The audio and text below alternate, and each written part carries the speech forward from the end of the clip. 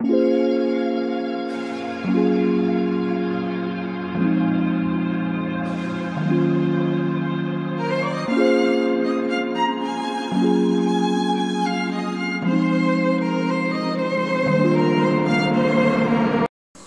les amis, on se retrouve aujourd'hui donc pour comment nourrir un bébé corneille qu'on a trouvé tombé du nid mais qui vole pas encore et qui était mal en point.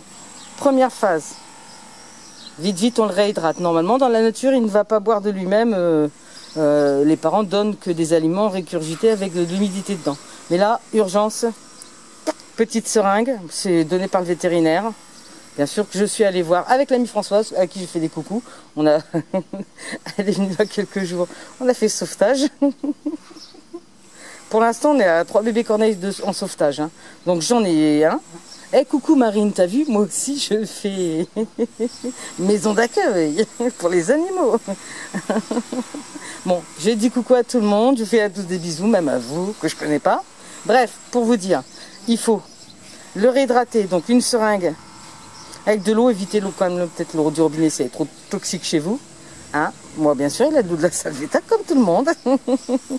Et ensuite, on lui a donné quelques mouches. Il avait vraiment du mal à les manger. Ça ne déglutissait pas, c'était pas évident, mais bon. L'après-midi, il était très mal en point. L'erreur à ne pas faire,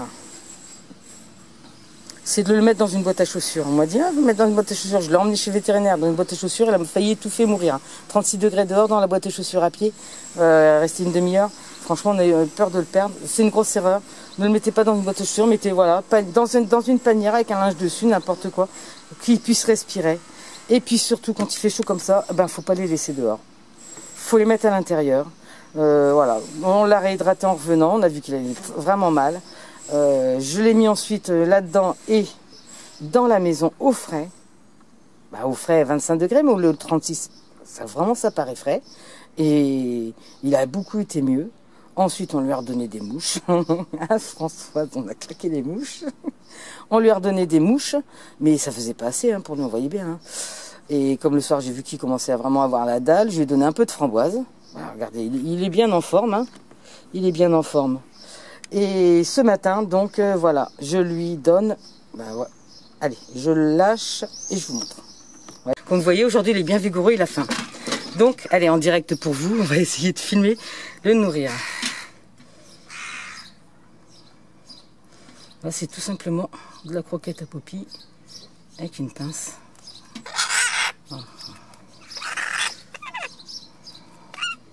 C'est pas toujours évident. Prends un bon morceau. Ah oui, bébé corneille. Vous voyez, il réclame. Hier, il réclamait pas. Il était vraiment... Ah, c'est difficile. Hein. Moi, je vais pas vous mentir. Hop, et voilà. Là, il récupère bien. Bon, les mouches, vous allez vous faire manger, hein. Allez, bébé corneille.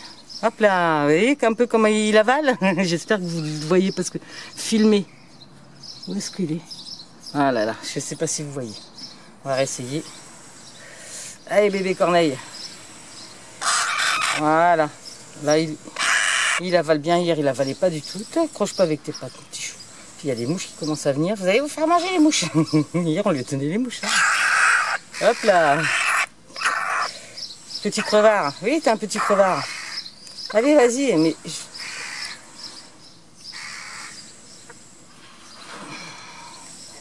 Voilà, là, hop, comme on peut le voir, j'espère, vous le verrez, c'est pas évident avec les mouches, plus le bébé qui s'agite, de lui donner.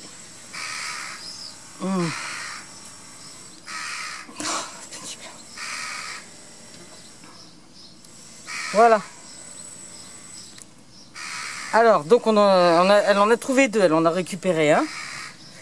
On a réussi, et j'ai dit, bon, elle a des problèmes avec son chien, cette dame, donc. Je voulais pas lui en rajouter. Du coup, j'ai décidé de garder bébé corneille, qui était le plus mal en point. Et qui va bien aujourd'hui. Première chose qu'il faut faire quand on trouve un petit zozio, même si dans la nature, il va pas boire. Ah là là. Et bien, ce qu'il faut faire, c'est le réhydrater. Allez, bébé corneille. Mais oui, je sais, mais écoute, c'est pas facile, mon petit gars, hein, tu te laisses pas, hein. Allez. Allez, on a plein la bouche. Le réhydrater avec une pipette. Alors moi, là, voilà, je suis allée chez le vétérinaire et elle m'a donné une seringue. Voilà. T'en as trop dans la gueule, mon petit gars. Dans le bec, pardon. Voilà, hop, tu récupères. Ouais, c'est bon, on arrête. Voilà, j'en ai donné un petit peu. Vaut mieux lui en donner un petit peu. Alors c'est vraiment un oisillon qui est prêt à s'envoler. Mais là, il n'aurait pas de chance avec les chats dans le parc. Donc, bébé Corneille. Je vais le remettre pour pas le stresser dans le truc. Pour vous expliquer un peu l'histoire. Et oui, maman Corneille, j'ai nourri ton petit zozo puisque tu le fais pas. Il fallait bien le faire pour le faire survivre. Donc voilà ce que je lui donne. Je lui donne des tout petits bouts de poulet, du poulet à Poppy, viande crue, et puis des croquettes pour chien ou pour chat, bien détrempées dans l'eau. Voilà, et avec une petite pince à sushi. Là, hier, je lui ai donné un peu de framboise, ça mange aussi des bébés. On essaie de se rapprocher au plus. Pourquoi? Bah, tout simplement parce que, comme je vous l'ai dit, les gens, les corneilles, ça va même piquer les croquettes aux chats. Donc, ils ont déjà l'habitude dans la nature. Ouais, bah oui, on est en ville, hein. Et puis, c'est comme ça. Allez. Voilà. Alors, vous aussi, si vous voyez un bébé corneille, pour les autres oiseaux, je ne sais pas, mais pour les bébés corneilles, je pense qu'on devrait pas mal s'en sortir. Voilà, bébé corneille va bien. Bon, il doit pas être trop heureux d'être là-dedans, mais c'est mieux que d'être mangé par les chats dans le parc d'à côté, hein. Et j'espère, genre, je sais pas quand voir. Je pense que quand il essaiera vraiment de s'envoler là, dans la panière, bah, j'essaierai de le mettre dans le jardin pour qu'il s'envole en essayant après de le rattraper. Mais regardez, il va bien. Et puis, bah, je vais lui redonner à manger à midi, hein, tout simplement, hein, toutes les 4 heures comme les enfants.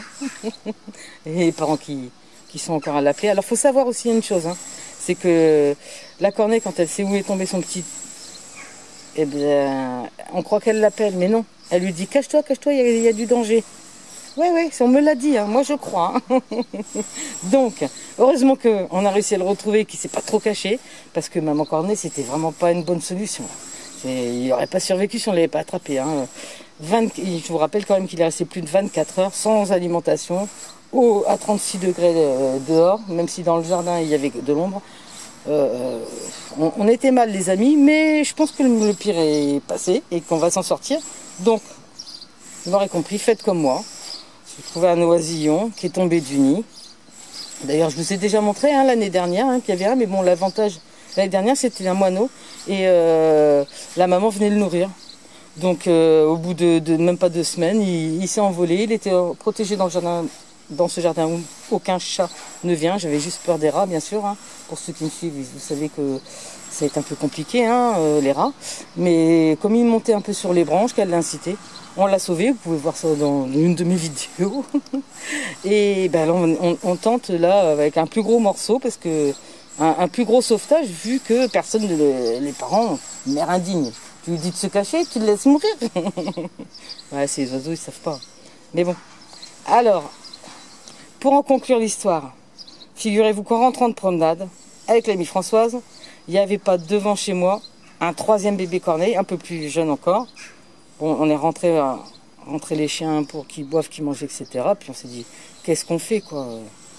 Et juste quand on se posait la question qu'on allait voir comment il allait, eh bien, des gens se sont arrêtés, on a discuté avec eux, on leur a un peu expliqué ce qu'il fallait faire et ils sont partis avec bébé corneille. Donc, ce qui fait que là, on est à 3, tous à cette solidarité pour les bébés corneilles. Et j'espère que ça sera 3, c'est le tas, comme disait ma grand-mère, et qu'il n'y en aura pas d'autres qui tomberont comme ça du nid en n'ayant pas de volée. Alors, la bonne nouvelle, c'est que, voilà, bébé corneille, quand je l'attrape maintenant qu'il déplie un peu ses ailes, il n'a pas d'ailes cassées, il n'est pas abîmé, les pattes et tout ça, ça va bien. Parce que c'est ça aussi le truc, dans la nature, un oiseau qui est trop blessé, tout ça, il va pas survivre. Mais c'est la nature, parce qu'il a aucune chance. Après, on a de la chance. Il va bien. Et puis, bah, suite au prochain épisode. Allez, trêve de blabla. À bientôt les amis. Je vais le remettre au frais. Ciao. Salut bébé corneille.